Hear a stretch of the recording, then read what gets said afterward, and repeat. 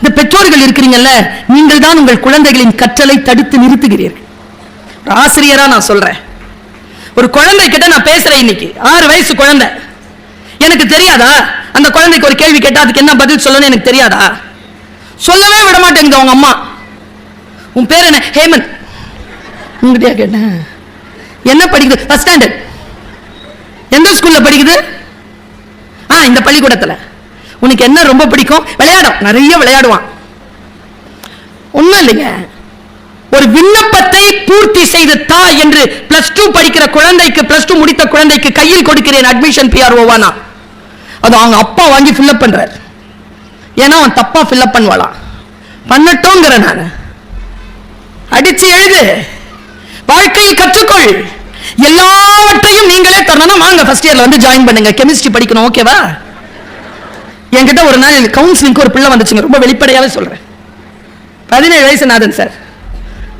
ஒரு love affair. பிள்ளை படிக்க மாட்டேங்குது, ஃபர்ஸ்ட் இயர். லவ் அஃபேர் பண்ண பையனுக்கு 30 வயசு தாண்டி இருக்கு. இந்த பிள்ளை கேட்கவே மாட்டேங்குது. நான் அந்த குழந்தையை கூப்பிட்டு ஒரு 5 நாள் சிட்டிங் அந்த குழந்தை கிட்ட பேசுறேன். அந்த குழந்தை ஒரு மாதிரி மெல்ட் ஆயிட்டு அது புரிஞ்சுக்கிச்சு.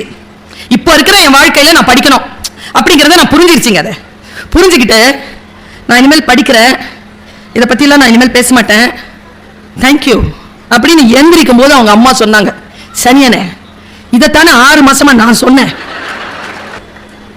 இப்ப என்ன செய்யறது? யார் யார் எதை சொல்ல வேண்டும் என்று இருக்கிறது, அதை அவர்கள் சொன்னால்தான் இந்த உலகத்தில் அந்த காரியம் நடக்கும் என்பதற்காகத்தான் பிள்ளைகளை எடுத்து போய் பள்ளிக்கூடத்தில் சேர்க்கிறோம். ஏன் நீங்களே சொல்லி பாடம் நடத்துறது? அனுமதியுங்கள் குழந்தைகளை. இன்னொரு விஷயம் சொல்றேன், குழந்தைகள் குழந்தைகளாக இருப்பதற்காகத்தான் பள்ளிக்கூடத்திலும் நம்முடைய வீடுகளிலும் இருக்கிறார்களே தவிர வளர்ந்து பெரியவர்கள் ஆவதற்காக அவர்கள் நம் வீட்டில் குழந்தைகளாக இல்லை என்பதனை எப்பொழுது நமக்கு புரிய வரும்? அவர்களுடைய குழந்தை தன்மையை அனுபவிங்களே. உடனே பெரிய ஆளாயிரணும். நீ வக்கீலாவு, நீ அவங்க அப்பா வருவார், நீ IPS, அவங்க மாமா வருவார், டாக்டராவோட 10வது வரைக்கும் எல்லாத்தையும் கேட்டுட்டு +2 வரைக்கும் போவோம். ஒன்னும் ஆக மாட்டேன் போ. மனநோயாளியா சுத்துது. பல நேரங்களில் குழந்தைகள், நான் ரொம்ப கற்றலில் நான் அந்த பாயிண்ட சொல்றேன். நான் 25 இயர்ஸ் எக்ஸ்பீரியன்ஸ்ல சொல்றேன் இந்த பாயிண்ட.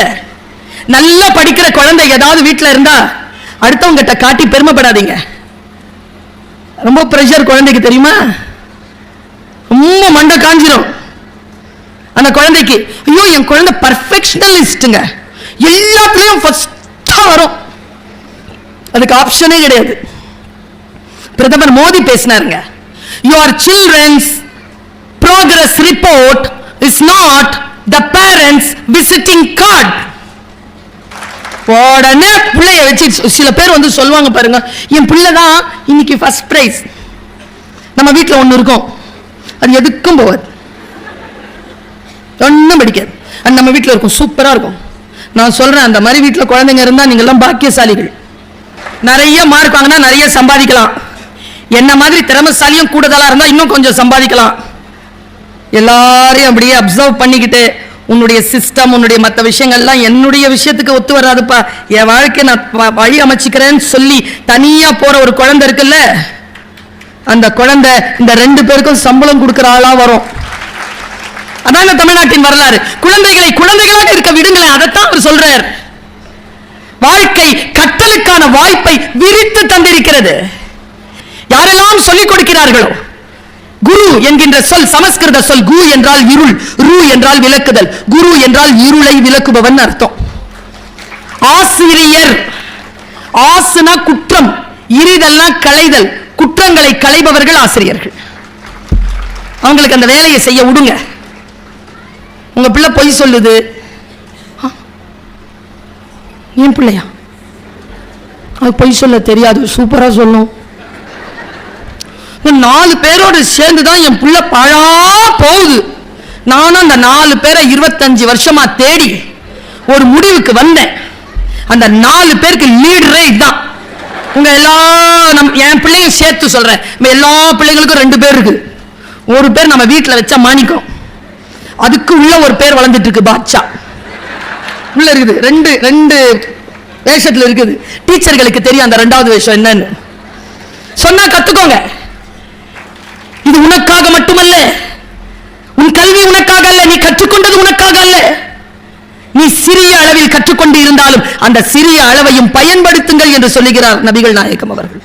ஆணாகவும் பெண்ணாகவும் பிறந்திருக்கக்கூடிய ஒவ்வொருவருக்கும் கல்வி என்பது கடமையாக்கப்பட்டிருக்கிறது என்று சொல்லுகிறது இஸ்லாம். கல்வி கற்றல் நன்று. பகவத்கீதை சொல்லுகிறது கற்றுக்கொள். நான் உங்க எல்லார்கிட்டையும் நான் கேட்கிறேங்க,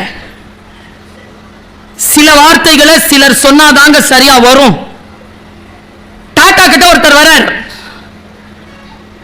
மிஸ்டர் டாடா, எனக்கும் அந்த பிரச்சனை உண்டு, பேனாவை தொலைச்சிருவேன். அதனால தான் நாதன் சார் கிட்ட கேட்டேன். அவர் இந்த மாதிரி ஒரு டைரியை வாங்கி இதுல விழாம இதையாவது வச்சுட்டு பாரு அப்படின்னு வாங்கி கொடுத்தார். டாடா என்ன வாங்கி கொடுத்தார் தெரியுமா? சொன்னார், தொலைச்சிரியா?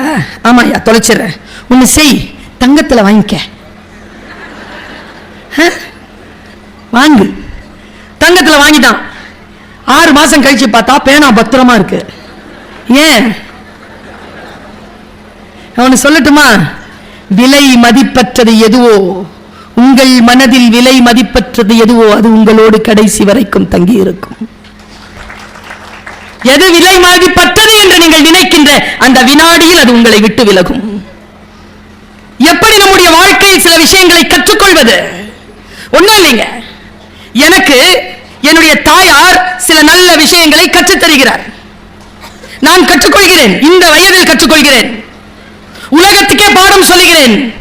ஆனால் நல்ல விஷயங்கள் யார் வாயில் இருந்து வந்தாலும் உடனடியாக கற்றுக்கொள்கிறேன். அதற்கு பிரதி உபகாரமாக என்னுடைய வாழ்க்கை நான் எப்படி வடிவமைத்துக் கொள்வது என்று பார்க்கிறேன். நான் ஒரு ரகசியத்தை, சூட்சுமத்தை சொல்லுகிறேன்.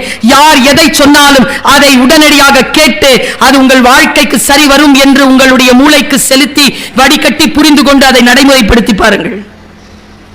மிகப்பெரிய வியப்பான சூழல் நடக்கும். சொற்கள், கவனம். அந்த வினாடியில் யாரோ ஏதோ ஒரு வார்த்தையை பேசுவார்கள். இயற்கையின் பேரருளும் இறைவனின் பெருங்கருணையும் இருந்தால் அந்த சொல் உங்களுக்கு புரிந்து போகும். உங்களுக்கு புரிந்து போக வேண்டும் என்பதற்காக நான் சொல்லை தேர்ந்தெடுத்து கொண்டு வரேன்.